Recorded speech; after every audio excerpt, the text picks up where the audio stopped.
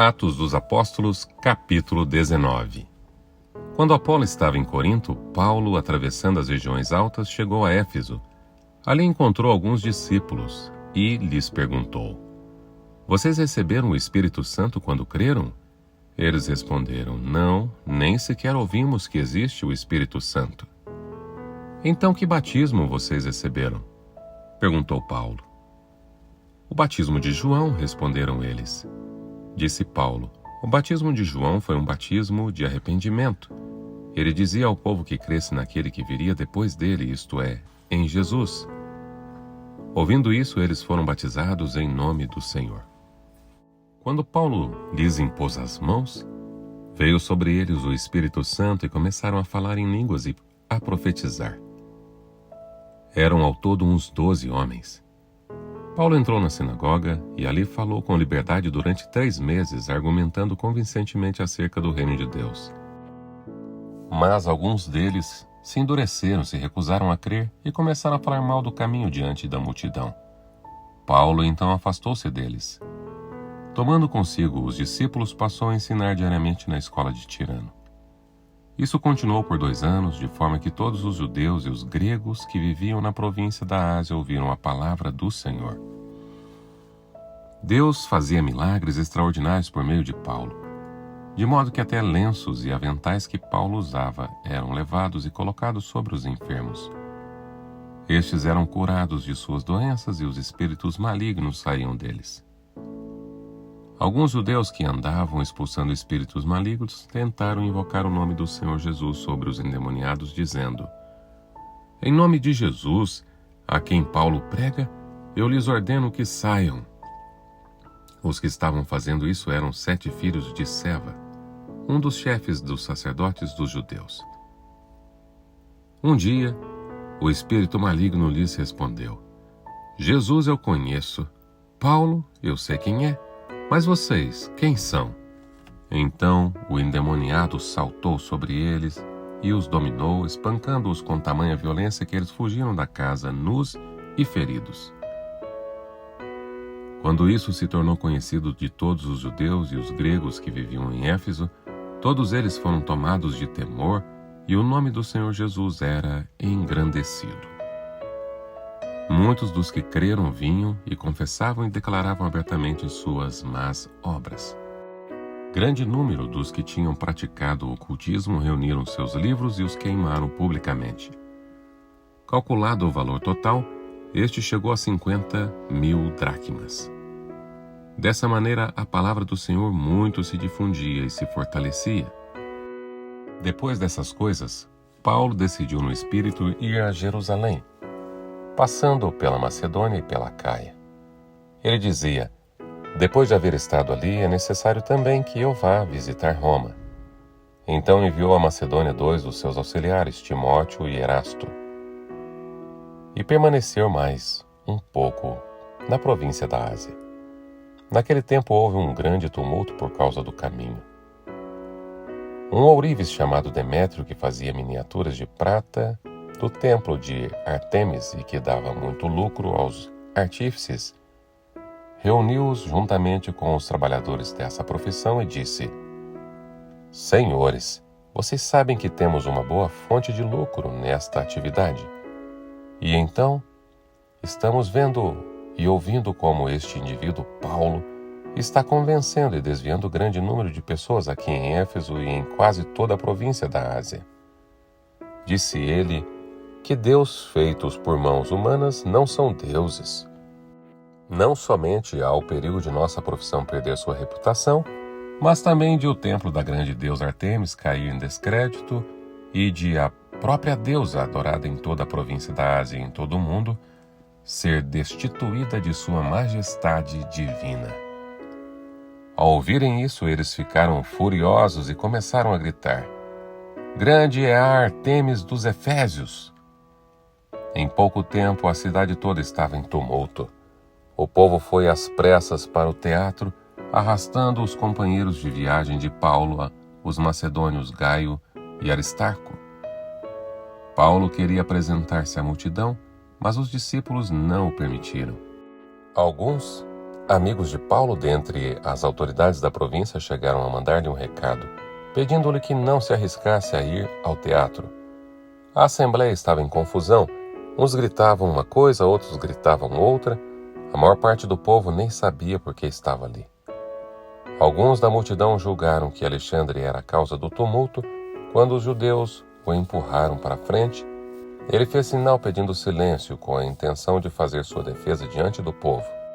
Mas quando ficaram sabendo que ele era judeu, todos gritaram a uma só voz durante cerca de 2 horas: "Grande Ártemis dos Efésios!" O escrivão da cidade acalmou a multidão e disse: "Efésios, quem não sabe que a cidade de Éfeso é a guardiã do templo da grande Ártemis e da sua imagem que caiu do céu? Portanto, visto que estes fatos são inegáveis, acalmem-se e não façam nada precipitadamente. Vocês trouxeram estes homens aqui, embora eles não tenham roubado templos nem blasfemado contra a nossa deusa. Se Demétrio e seus companheiros de profissão têm alguma queixa contra alguém, os tribunais estão abertos e há procônsules. Eles que apresentem suas queixas ali. Se há mais alguma coisa que vocês desejam apresentar, isso será decidido em assembleia conforme a lei. Da maneira como está, corremos o perigo de sermos acusados de perturbar a ordem pública por causa dos acontecimentos de hoje. Nesse caso, não seríamos capazes de justificar este tumulto, visto que não há razão para tal." E tendo dito isto, encerrou a assembleia. Atos dos Apóstolos, capítulo 20. Cessando o tumulto, Paulo mandou chamar os discípulos e, depois de encorajá-los, despediu-se e partiu para a Macedônia. Viajou por aquela região, encorajando os irmãos com muitas palavras e, por fim, chegou à Grécia, onde ficou 3 meses. Quando estava a ponto de embarcar para a Síria, os judeus fizeram uma conspiração contra ele, por isso decidiu voltar pela Macedônia, sendo acompanhado por Sópater, filho de Pirro, de Bereia, Aristarco e Secundo, de Tessalônica, Gaio de Derbe e Timóteo, além de Tíquico e Trófimo, da província da Ásia. Esses homens foram adiante e nos esperaram em Troade. Navegamos de Filipos após a festa dos pães sem fermento. E 5 dias depois nos reunimos com outros em Troade, onde ficamos 7 dias. No primeiro dia da semana reunimos-nos para partir o pão, e Paulo falou ao povo, pretendendo partir no dia seguinte, e continuou falando até meia-noite. Havia muitas cadeias no piso superior, onde estávamos reunidos. Um jovem chamado Eutico, que estava sentado numa janela, adormeceu profundamente durante o longo discurso de Paulo. Vencido pelo sono, caiu do 3º andar. Quando o levantaram, estava morto. Paulo desceu, inclinou-se sobre o rapaz e o abraçou, dizendo: "Não fiquem alarmados, ele está vivo." Então subiu novamente, partiu o pão e comeu. Depois continuou a falar até amanhecer e foi embora. Levaram vivo o jovem, o que muito os consolou. Quanto a nós, fomos até o navio e embarcamos para Assos, onde iríamos receber Paulo a bordo. Assim ele tinha determinado, tendo preferido ir a pé. Quando nos encontramos em Assos, nós o recebemos a bordo e prosseguimos até Mitilene. No dia seguinte navegamos dali e chegamos de fronte de Quio.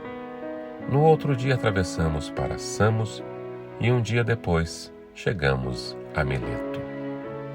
Paulo tinha decidido não aportar em Éfeso para não se demorar na província da Ásia, pois estava com pressa de chegar a Jerusalém, se possível antes do dia de Pentecostes. De Mileto, Paulo mandou chamar os presbíteros da igreja de Éfeso. Quando chegaram, ele lhes disse: "Vocês sabem como vivi todo o tempo em que estive com vocês, desde o primeiro dia em que cheguei à província da Ásia. Servi ao Senhor com toda a humildade e com lágrimas, sendo severamente provado pelas conspirações dos judeus. Vocês sabem que não deixei de pregar-lhe nada que fosse proveitoso, mas ensinei-lhes tudo publicamente, de casa em casa. Testifiquei tanto a judeus como a gregos que eles precisam converter-se a Deus com arrependimento e fé em nosso Senhor Jesus. Agora, compelido pelo Espírito, estou indo para Jerusalém sem saber o que me acontecerá ali, senão que em todas as cidades o Espírito Santo me avisa que prisões e sofrimentos me esperam. Todavia não me importo, nem considero a minha vida de valor algum para mim mesmo, se tão somente puder terminar a corrida e completar o ministério que o Senhor Jesus me confiou de testemunhar o Evangelho da graça de Deus. Agora sei que nenhum de vocês, entre os quais passei pregando o reino, verá novamente minha face. Portanto, eu lhes declaro hoje que estou inocente do sangue de todos, pois não deixei de proclamar-lhes toda a vontade de Deus. Cuidem de vocês mesmos e de todo o rebanho sobre o qual o Espírito Santo os colocou como bispos para pastorearem a igreja de Deus, que ele comprou com seu próprio sangue. Sei que depois da minha partida, lobos ferozes penetrarão no meio de vocês e não pouparão o rebanho. Dentre vocês mesmos se levantarão homens que torcerão a verdade, a fim de atrair os discípulos. Por isso, vigiem. Lembrem-se de que durante 3 anos jamais cessei de advertir a cada um de vocês disso, noite e dia, com lágrimas. Agora eu os entrego a Deus e à palavra da sua graça que pode edificá-los e dar-lhes herança entre todos os que são santificados. Não cobicei a prata nem o ouro, nem roupas de ninguém. Vocês mesmos sabem que estas minhas mãos supriram minhas necessidades e a de meus companheiros. Em tudo o que fiz, mostrei-lhes que, mediante trabalho árduo, devemos ajudar os fracos, lembrando as palavras do próprio Senhor Jesus, que disse: há maior felicidade em dar do que em receber. Tendo dito isso, ajoelhou-se com todos eles e orou. Todos choraram muito e, abraçando-o, o beijavam. O que mais os entristeceu foi a declaração de que nunca mais veriam a sua face. Então o acompanharam até o navio. Atos dos Apóstolos, capítulo 21. Depois de nos separarmos dele, embarcamos e navegamos diretamente para Cós. No dia seguinte, fomos para Rhodes, e dali até Pátara. Encontrando um navio que ia fazer a travessia para a Fenícia, embarcamos nele e partimos. Depois de avistarmos Chipre e seguirmos rumo ao sul, navegamos para a Síria. Desembarcamos em Tiro, onde o nosso navio deveria deixar sua carga. Encontrando os discípulos ali, ficamos com eles 7 dias. Eles, pelo Espírito, recomendavam a Paulo que não fosse a Jerusalém. Mas quando terminou o nosso tempo ali, partimos e continuamos nossa viagem. Todos os discípulos, com suas mulheres e filhos, nos acompanharam até fora da cidade e ali na praia nos ajoelhamos e oramos. Depois de nos despedirmos, embarcamos e eles voltaram para casa. Demos prosseguimento à nossa viagem partindo de Tiro e aportamos em Ptolomeida, onde saudamos os irmãos e passamos um dia com eles. Partindo no dia seguinte, chegamos a Cesareia e ficamos na casa de Filipe, o evangelista, um dos 7. Ele tinha 4 filhas virgens que profetizavam. Depois de passarmos ali vários dias, desceu da Judéia um profeta chamado Ágabo. Vindo ao nosso encontro, tomou o cinto de Paulo e, amarrando as suas próprias mãos e pés, disse: assim diz o Espírito Santo, desta maneira os judeus amarrarão o dono deste cinto em Jerusalém e o entregarão aos gentios. Quando ouvimos isso, nós e o povo dali rogamos a Paulo que não subisse para Jerusalém. Então Paulo respondeu: por que vocês estão chorando e partindo o meu coração? Estou pronto não apenas para ser amarrado, mas também para morrer em Jerusalém pelo nome do Senhor Jesus. Como não pudemos dissuadi-lo, desistimos e dissemos: seja feita a vontade do Senhor. Depois disso, preparamo-nos e subimos para Jerusalém. Alguns dos discípulos de Cesareia nos acompanharam e nos levaram à casa de Mnason, onde devíamos ficar. Ele era natural de Chipre e um dos primeiros discípulos. Quando chegamos em Jerusalém, os irmãos nos receberam com alegria. No dia seguinte, Paulo foi conosco encontrar-se com Tiago e todos os presbíteros estavam presentes. Paulo saudou e relatou minuciosamente o que Deus havia feito entre os gentios por meio do seu ministério. Ouvindo isso, eles louvaram a Deus e disseram a Paulo: Veja, irmão, quantos milhares de judeus creram, e todos eles são zelosos da lei.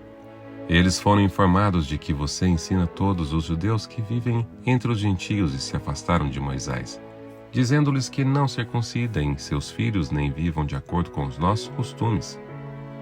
Que faremos? Certamente eles saberão que você chegou. Portanto, faça o que lhes dizemos. Então, estão conosco 4 homens que fizeram um voto. Participe com esses homens dos rituais de purificação e pague as despesas deles para que rapem a cabeça. Então todos saberão que não é a verdade o que falam de você, mas que você continua vivendo em obediência à lei. Quanto aos gentios convertidos, já lhes escrevemos a nossa decisão de que eles devem abster-se de comida sacrificada aos ídolos, do sangue, da carne de animais estrangulados e da imoralidade sexual. No dia seguinte, Paulo tomou aqueles homens e purificou-se juntamente com eles. Depois foi ao templo para declarar o prazo de cumprimento dos dias da purificação e da oferta que seria feita individualmente em favor deles. Quando já estavam para terminar os 7 dias, alguns judeus da província da Ásia, vendo Paulo no templo, agitaram toda a multidão e o agarraram gritando: Israelitas, ajudem-nos! Este é um homem que ensina a todos em toda parte contra o nosso povo, contra a nossa lei e contra este lugar. Além disso, ele fez entrar gregos no templo e profanou este santo lugar. Anteriormente, eles haviam visto o Efésio Trófimo na cidade com Paulo e julgaram que Paulo tinha introduzido no templo. Toda a cidade ficou alvoroçada e juntou-se uma multidão. Agarrando Paulo, arrastaram-no para fora do templo e imediatamente as portas foram fechadas. Tentando eles matá-lo, chegaram notícias ao comandante das tropas romanas de que toda a cidade de Jerusalém estava em tumulto. Ele reuniu imediatamente alguns oficiais e soldados e com eles correu para o meio da multidão. Quando viram o comandante e os seus soldados, pararam de espancar Paulo. O comandante chegou, prendeu e ordenou que ele fosse amarrado com